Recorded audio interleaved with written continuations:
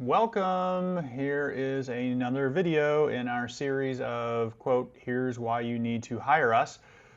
And again, like the other videos, this is meant to highlight subpar performance in the commercial real estate brokerage community. We picked a random property for sale that we found in CoStar, and we're going to analyze this. This was a flyer that was up for sale. There was no confidentiality agreement, nothing that we had to sign for it. We make every attempt to keep the actual broker confidential, but if you do happen to see your property featured on one of our videos, sorry, not sorry, do a better job. Our goal is to show owners and their brokers and their managers and their asset managers that they need our help to properly position a property, and the current marketing plan just isn't cutting it. So let's dive in. So here is a multi-tenant user / investor building, and it is available for sale or for lease. Okay, so $2.4 million, not a small amount of money. I do not have $2.4 million laying around, so these folks have more money than I do. But let's see what we've got here. For sale or lease, 24-year-old, 20,000 square feet of masonry single-story office building. Okay. 50% leased, $158,000 in current gross income, plus CAM and tax over stops. I don't know what CAM and tax over stops means. So let's go over here. Built in 2000, sprinklers, yes, electric, washrooms, I'm assuming that's restrooms. Ceiling height varies. Okay, well, okay. You're probably better off just not even having the ceiling height, line item in there. Parking 100 common. I would have rather seen this as a ratio of per thousand. The taxes, $60,000 in 2023. This is 2026. So why are we showing taxes that are 3 years old? I do not know. Unit B available for a user or lease, 10,000 square feet. Okay. See pro forma, 7.4% cap rate at 95% occupancy. There's only 3 tenants, so you can probably bump this up to 100% occupancy. They're either there or they're not. But you have 2 long-term quality tenants, dialysis since 2012. And psychologist since 2016, and only a 9-iron from, and I've whited this part out, from the hospital. So I guess they're pretty close to the hospital for a 9-iron. Then there's a whole bunch of pictures here, and I guess the pictures are okay.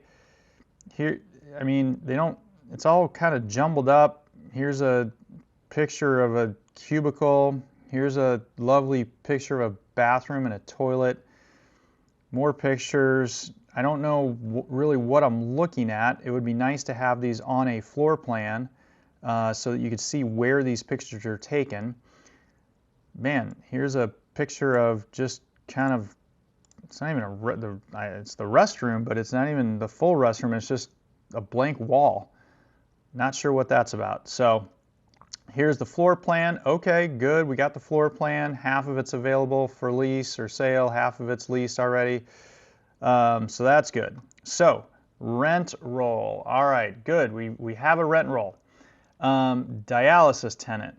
They're 26% of the building. The psychologist is 23% of the building. Okay, annual rent. So this dialysis center is paying $19.62 a square foot, and the other company, the psychologist, the same square footage is paying $11.60 a square foot. That is a big difference. So this one right here, the psychologist, was not billed for CAM and taxes in 2023 by mistake, but will be billed $39.90 in 2024. Again, that's 2 years ago. This is 2026. So I don't claim to fully understand. At least they have expiration dates, so we can kind of get a little bit of a glimpse here of what's going on. They have a 5-year option to renew. The dialysis center does, but a gigantic differential here between these two tenants is definitely something that I want to understand more about. And then this vacancy is $12 a square foot. Why are these guys so far above, I guess, where market is? Market is $12. I don't know. It doesn't say. The income summary, the very first line is a vacancy cost. Usually your vacancy is much further down in the income statement. Gross income $274.